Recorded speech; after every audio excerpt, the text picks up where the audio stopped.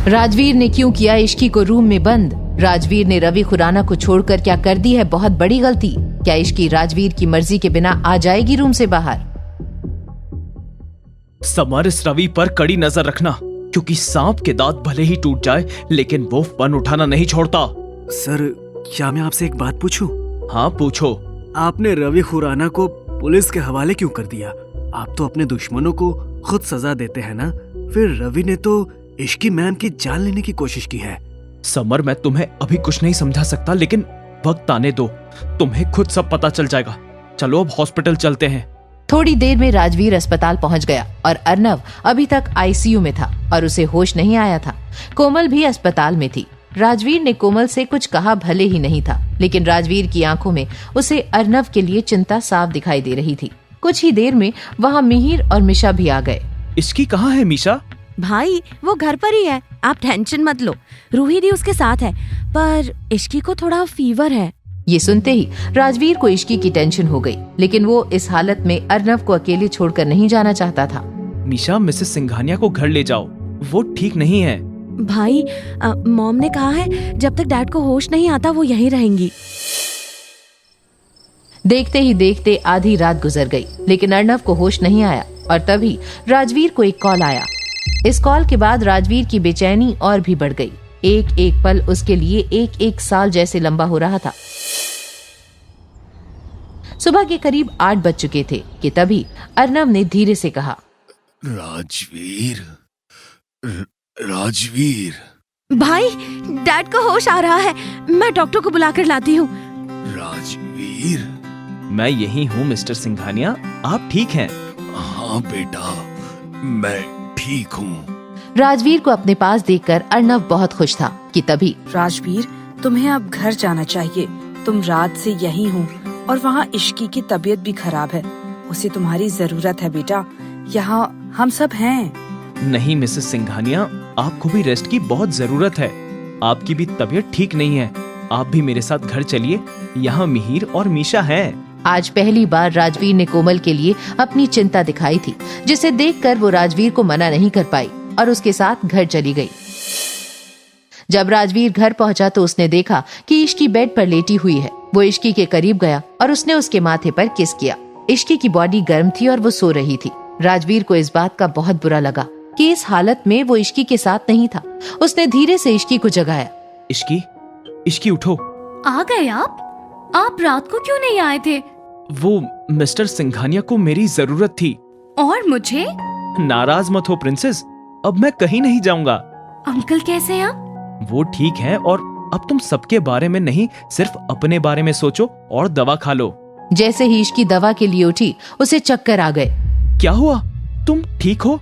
हाँ मैं ठीक हूँ, बस थोड़ी वीकनेस है। वीकनेस तो होगी ना, जब घर में एक जगह टिकोगी नहीं तो। दिन भर यहाँ वहाँ घूमती रहती हो। आज से तुम्हारा इस रूम से बाहर जाना बंद। जब तक तुम ठीक नहीं हो जाती तब तक तुम इस रूम से बाहर कदम नहीं रखोगी। क्या आपका दिमाग तो सही है? क्या कहा तुमने? मेरा मतलब है कि मैं एक रूम में कैसे रह सकती हूँ? अब रहना तो पड़ेगा ही, कोई और ऑप्शन नहीं है तुम्हारे पास। लेकिन कुछ नहीं। ठीक है, अगर आप चाहते हैं कि मैं इस रूम में ही रेस्ट करूं, कहीं ना जाऊं, तो मैं ऐसा करूंगी, पर मेरी एक शर्त है जिसे आपको पूरा करना ही होगा। शर्त? इश्की की नई बॉस क्या बनेगी उसकी मुसीबत? क्या होगा जब 2 हफ्ते बाद ऑफिस लौटेगी इश्की? राजवीर और इश्की के बीच आएगी कौन सी लड़की? इश्की को तैयार होता देख मिशा हैरान हो गई। मिशा ऑफिस के लिए रेडी हो चुकी थी और इश्की भी। हेलो, आप कहाँ चली इश्की मैडम? ऑफिस? और कहाँ? ये अच्छा है, शेर के जंगल का कानून तोड़कर शेर की ही गुफा में जा रही हो मेरी शेरनी। अरे बाबा, परमिशन भी तुम्हारे शेर ने, मेरा मतलब है तुम्हारे भैया ने ही दी है, पर एक शर्त रखी है। मिशा को भी सुनने में इंटरेस्ट था कि आखिर उसके भाई राजवीर ने इश्की को किन शर्तों पर ऑफिस जाने की परमिशन दी है। उन्होंने कहा है कि मैं ज्यादा नहीं चलूंगी, बाहर कुछ नहीं खाऊंगी, स्ट्रेस नहीं लूंगी, वगैरह वगैरह। बिल्कुल सही किया भैया ने, पर चल अब जल्दी वरना लेट हो जाएगा। और वैसे भी ऑफिस में तेरे लिए एक मुसीबत वेट कर रही है।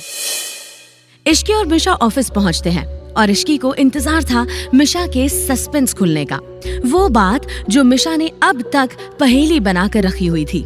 मिशा अब तो तू बता दे क्या मुसीबत, आ तो गए ऑफिस। देख, तू गई थी 2 हफ्ते से छुट्टी पर, वो भी किसी को बिना कोई रीजन बताए। रीजन नहीं बताया मतलब? इस ऑफिस के बॉस तो पता था ना कि मैं क्यों नहीं आ रही थी। पता होगा, पर तेरे बॉस को तो नहीं पता था। अभी मिलूंगी तो बता दूंगी। तभी मिशा ने इश्की को बताया कि उसका बॉस चेंज हो गया है और इस बार कोई नई लड़की इश्की की बॉस बनकर आई है। इश्की, तेरी जो नई बॉस आई है ना, वो तो काफी स्ट्रिक्ट है। तू तो बच कर रही हो इश्की। दरअसल इश्की के पुराने मैनेजर का प्रमोशन हो गया और इसी वजह से अब इश्की की लाइफ में आई थी एक नई बॉस जिसका नाम था प्रिया। तभी एक ऑफिस बॉय इश्की के पास आया। इश्की मैडम, प्रिया मैडम ने आपको अपने कैबिन में बुलाया है। इश्की ने जैसे ही ये सुना वो काफी घबरा गई। उसे लग रहा था कि आज तो उसकी शामत आई ही समझो। इश्की हिम्मत कर अपने आप को मैनेजर की केबिन की तरफ ले गई। उसने केबिन पर नॉक किया। मैं अंदर जाऊं मैम? ये कहते हुए जैसे ही इश्की अंदर घुसी तो केबिन में टेबल पर एक बहुत ही खूबसूरत सी 25 साल की लड़की बैठी हुई थी। उस लड़की प्रिया ने इश्की को ऊपर से नीचे तक गौर से देखा। इश्की कंफ्यूज्ड थी कि अब ये नई बॉस उसका क्या हाल करेगी। वो मन ही मन प्रार्थना कर रही थी कि ये उसे डांटे ना। इश्की बस अपने ख्यालों में गुम थी कि तभी प्रिया बोली, मिस इश्की, कहाँ खो गई आप? जी वो मैं बस ये सोच रही थी कि सोचिए मत, ये बताइए कि आप कोई भी नोटिस दिए बगैर 2 हफ्ते की छुट्टी पर क्यों चली गई थी?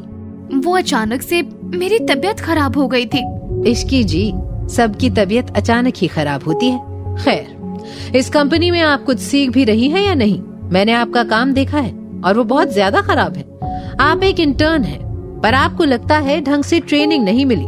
पर आपको घबराने की कोई जरूरत नहीं है, मैं आपको फुल ट्रेनिंग दूंगी। आप मेरे साथ रहेंगी तो बहुत कुछ सीखेंगी। जैसे ही प्रिया ने ये कहा, इश्की की सांस में सांस आई। उसे लग रहा था कि ऊपर वाले ने उसकी सुन ली हो। कितने टाइम से वो कुछ सीखने की कोशिश कर रही थी, पर अब जाकर इस ऑफिस में कोई आया था जो उसे गाइड कर सके। ये तो राजवीर ने भी आज तक नहीं किया। इश्की प्रिया को थैंक यू बोल खुशी खुशी उसके केबिन से बाहर निकलती है। वहाँ राजवीर सीसीटीवी कैमरे से ये सब कुछ देख रहा था। राजवीर को लगा कि उसे इश्की और उसके मैनेजर की मीटिंग की पूरी जानकारी लेनी चाहिए। उसने समर से पूछा, समर, इश्की की मैनेजर के साथ मीटिंग कैसी रही? सर, मिस प्रिया ने तो इश्की मैडम के साथ बहुत अच्छे से बात की। हाँ, तो ये तो अच्छी बात है। इस पर तुम्हारी आवाज में इतनी चिंता क्यों है? आप खुद ही सोचिए ना सर, एक ऑफिस स्टाफ बिना किसी को बताए 2 हफ्ते की छुट्टी पर चली गई और उसके बाद जब वो लौटी तो उसकी बॉस ने उससे कुछ नहीं कहा। ऐसा कैसे हो सकता है सर? और मुझे यकीन है राजवीर सर के आपने उन्हें कोई इंस्ट्रक्शंस नहीं दिए होंगे। तो इसी वजह से मैं सोच रहा हूँ कि आखिर क्यों मैडम को मिस प्रिया ने कुछ नहीं कहा। समर की ये बात सुनते ही राजवीर भी सोच में पड़ गया। आखिर क्यों इश्की की बॉस प्रिया ने दिखाई दरियादिली? क्या प्रिया इश्की के करीब आकर खड़ा करेगी कोई बवाल? और ऐसा हुआ तो राजवीर की क्या होगी अगली चाल? ये तो इसका फुल एपिसोड सुनकर ही पता चलेगा। फुल एपिसोड सुनने के लिए डिस्क्रिप्शन में दी गई लिंक पे क्लिक कीजिए और वीडियो में पूछे गए सवाल का जवाब देना ना भूले, जिसका जवाब आपको मिलेगा उसी फुल एपिसोड में। कमेंट करने वाले 10 लकी विनर्स को मिलेंगे 500 कॉइंस। तो सुनते रहिए डेविल से शादी, सिर्फ पॉकेट FM ऐप पर।